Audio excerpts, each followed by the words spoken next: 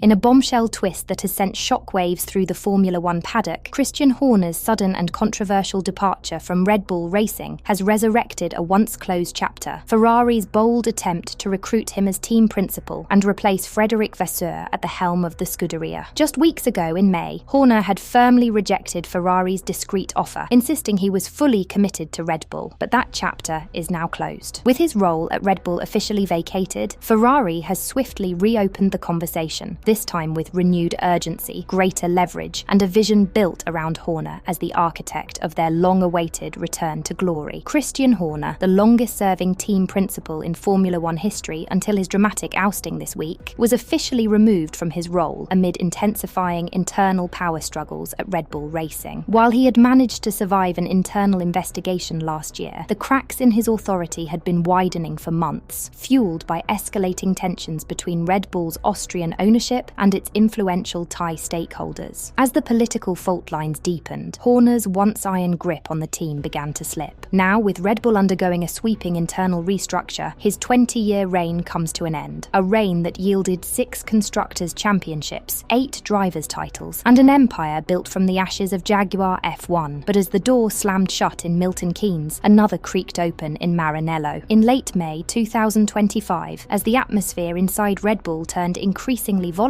Ferrari quietly made their move. According to reports from ESPN, Ferrari chairman John Elkann personally reached out to Horner during the Spanish Grand Prix weekend, an offer timed to perfection as Red Bull's leadership drama intensified and Ferrari's own campaign faltered. Behind the scenes, CEO Benedetto Vigna was reportedly losing confidence in Frédéric Vasseur's leadership and saw Horner as the proven heavyweight who could bring discipline, direction, and championship-caliber leadership back to the Scuderia. The offer wasn't just symbolic. Insiders suggest it promised Horner far greater autonomy than Vasseur ever held, along with the freedom to reshape the team's technical structure and long-term roadmap on his terms. Horner responded to the rumours at the time with a firm but diplomatic line: "I'm fully committed to Red Bull." He didn't confirm the approach, nor did he completely deny it. And privately, it now appears he left the door ever so slightly open. With his Red Bull tenure officially over, Ferrari has wasted no time reinitiating contact, this time with heightened urgency and a more compelling proposition. Sources close to both camps confirm that Vigna and Elkann have personally reached out once again, urging Horner to reconsider. The renewed offer reportedly includes a multi-year deal, a leading role in shaping Ferrari's 2026 regulations strategy, and full control to rebuild the team in his image. What began as a quiet probe in May has evolved into a full-throttle campaign to land the most successful team boss of the modern era. For Ferrari, this could be the bold pivot they've long needed, an opportunity to finally break the cycle of near misses and internal stagnation. And for Horner, it might just be the perfect stage for his next act. Ferrari's renewed pursuit of Christian Horner isn't a reactionary move. It's a calculated decision born out of growing frustration with their stagnating 2025 campaign. After finishing just 14 points behind McLaren in the 2024 Constructors' Championship, there was genuine optimism in Maranello. The SF24 had shown flashes of brilliance, their operations were stabilising, and Charles Leclerc's late-season form had reignited belief within the team and among the tifosi. But instead of building on those gains, Ferrari chose to abandon much of what had worked. In a bold and arguably reckless shift of direction, they scrapped key elements of the 2024 concept in favour of a radical new design aimed at pre-empting the 2026 regulation changes. The result has been a regression that's caught even their own engineers off guard. The SF25 has been plagued by inconsistency, particularly in terms of aerodynamic stability and tyre degradation. Early season upgrades were intended to deliver downforce gains, but instead introduced fresh complications, most notably high-speed instability and poor correlation between wind tunnel data and on-track behaviour. While McLaren and Mercedes have pressed forward with refined evolutions of their 2024 concepts, Ferrari's gamble has left them sliding backwards. What was meant to be a strategic leap forward has turned into another season of firefighting and frantic recalibration. At the centre of this growing unrest is team principal Frédéric Vasseur. Initially viewed as a calming presence following the chaotic exit of Mattia Binotto, Vasseur delivered modest progress in 2023 and guided Ferrari to a much-improved campaign in 2024. However, the 2025 season has reopened familiar wounds. Ferrari's strategic decision-making on race weekends remains worryingly inconsistent. Poor tyre calls in variable conditions, mistimed pit stops, and reactive reactive rather than proactive racecraft have continued to cost the team valuable points. Communications between the pit wall and drivers often sound hesitant, and the clarity that once seemed to be returning under Vasseur has all but vanished. Internally, frustration is mounting. Ferrari's upper leadership, CEO Benedetto Vigna and Chairman John Elkann, are reportedly growing disillusioned with what they perceive as a lack of urgency and direction under Vasseur's stewardship. While his calm demeanour helped bring some initial stability, he has failed to galvanise the technical departments or establish a unified vision for the team's future. There's growing concern that Vasseur is too methodical and not bold enough to lead Ferrari into the new era of Formula One. His risk-averse style and limited political reach within the paddock have raised eyebrows among a leadership that now seeks a transformative figure, not just a caretaker. Vigna, a results-driven technocrat, is said to be especially frustrated with the weak correlation between Ferrari's simulations and real-world performance, a recurring theme this year. Elkann, meanwhile, has grown increasingly critical of the team's passive leadership style and its inability to rally around a clear development path. Behind closed doors, the feeling is that Ferrari has once again become reactive rather than visionary, a team waiting for breakthroughs instead of engineering them. Morale within the team has started to waver. While Charles Leclerc maintains composure in front of the cameras, multiple insiders suggest his patience is wearing thin. And now, with Lewis Hamilton joining Ferrari in 2025, there was hope that the seven-time world champion's arrival would inject new energy and sharpen the team's edge. Instead, Hamilton has found himself grappling with the same structural weaknesses that have haunted Ferrari for years. His early performances have been hampered by inconsistent strategy calls and a car that fails to deliver on expectations. While he remains diplomatic in interviews, it's clear that even a driver of Hamilton's caliber cannot paper over Ferrari's deeper problems. This is where Christian Horner enters the frame, not just as a potential replacement, but as the antidote to Ferrari's systemic inertia. With over 20 years of experience leading Red Bull Racing through championship highs and political turmoil, Horner brings the one thing Ferrari desperately lacks: a proven authoritative leader who knows how to run a title-winning machine from top to bottom. He's not just a team principal, he's a strategist, a motivator, and a political operator capable of commanding a room, aligning stakeholders, and extracting peak performance from both drivers and departments. Ferrari doesn't simply want a figurehead, they want an architect, someone who can unify the Scuderia's often siloed divisions, restore competitive identity, and instill a culture of execution. And in Horner, they see the rare blend of racing intellect and boardroom savvy that could finally bridge the gap between Ferrari's immense resources and its elusive potential. Whether Christian Horner ultimately accepts Ferrari's offer or walks away, one thing has become abundantly clear: the Scuderia is done playing it safe. After years of cautious strategy, half measures, and endless restructuring behind the scenes, Ferrari is finally showing signs that it's ready to take a bold, uncompromising step toward reclaiming its place at the top of Formula One. For a team so often paralysed by its own legacy, this is a rare moment of clarity and aggression. And in Formula One, that mindset matters. Championships aren't built on spreadsheets and slogans. They're forged in conviction, in timing, and in the willingness to make uncomfortable decisions when they matter most. Right now, Ferrari appears to understand that. The pursuit of Horner may not guarantee titles, but it proves the team is finally willing to roll the dice in a sport where hesitation is fatal. If Christian Horner takes over at Ferrari, do you think he can actually break the curse and deliver a championship? Or is Ferrari's problem bigger than any one man?